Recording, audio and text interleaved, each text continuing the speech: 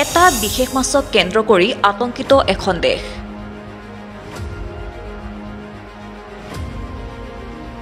যি মাছে পৃথিৱীলৈ কেৱল মাতি আনে ধ্বংস। পৃথিৱীলৈ আকৌ নামিব নেকি দুৰ্যোগ? শেহতীয়াকৈ ডুমছডে ফিছ অথবা বিৰল অৰ্ফিছৰ অৱস্থিতিয়ে আতংকিত কৰিছে এখন দেশক।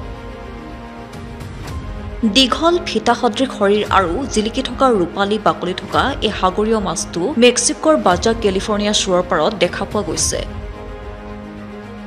যাৰ ফলত ইতিমধ্যে ছচিয়েল মিডিয়াত এক আলোড়নৰ সৃষ্টি হৈছে।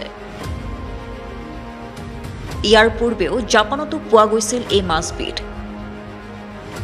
জাপানী লোককাহিনীত অৰ্ফিছৰ উপনাম হৈছে ৰিউগো নো শুকাই বা সাগৰীয় দেৱতাৰ বাৰ্তাবাহক। এই পৌৰাণিক কাহিনীটো সপ্তদশ শতিকাৰ পৰা আৰম্ভ হৈছে আৰু কয় যে অৰ্ফিছৰ আবিৰ্ভাৱ মানে প্ৰাকৃতিক দুৰ্যোগৰ আগজাননী। 2011 চনত যেতিয়া জাপানৰ সমুদ্ৰতীৰত কেইবাটাও অৰ্ফিছ প্ৰত্যক্ষ কৰা হৈছিল, তেতিয়াই ধ্বংসাত্মক তহকু ভূমিকম্প আৰু ছুনামি আহিছিল। প্ৰাবল্যৰ প্ৰলয়ংকাৰী ভূমিকম্পত ধ্বংসস্তূপত পৰিণত হৈছিল জাপান আৰু মৃত্যুমুখত পৰিছিল সহস্ৰাধিক লোক। যদিও অৰ্ফিছ দেখা আৰু প্ৰাকৃতিক দুৰ্যোগৰ মাজৰ সম্বন্ধ বিতৰ্কিত, বিজ্ঞানীসকলে ঘটনাটোৰ বাবে কেইবাটাও তত্ত্ব উপস্থাপন কৰিছে। কিছুমান বিজ্ঞানীৰ মতে গভীৰ সাগৰৰ মাছ যেনে অৰ্ফিছ পানীৰ তলত ভূমিকম্পৰ কাৰ্যকলাপৰ সৃষ্টিকাৰী।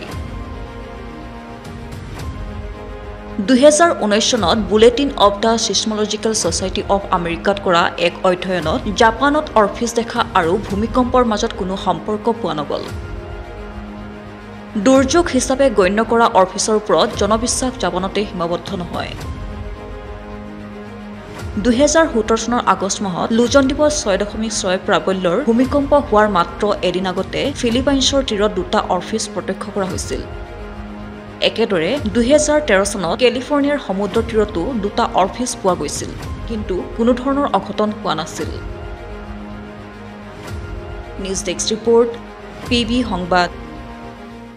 ৰাজ্যৰ সংবাদ জগতত নৱতম সংযোজন। আমি খোজ দিম জনতাৰ পক্ষত। প্ৰতিটো প্ৰান্তৰ প্ৰতিটো খবৰ পোনপ্ৰথমত। আজি সংযুক্ত হওক পিবি সংবাদৰ সৈতে। প্ৰতিটো সমষ্টিৰ পৰা বিচৰা হৈছে সংবাদ প্ৰতিনিধি। আজি প্ৰেৰণ কৰক আপোনাৰ চিঠি। আমাৰ ইমেইল এড্ৰেছ pbsongbat277@gmail.com। আমাৰ হোৱাটছএপ নম্বৰ 6001249592।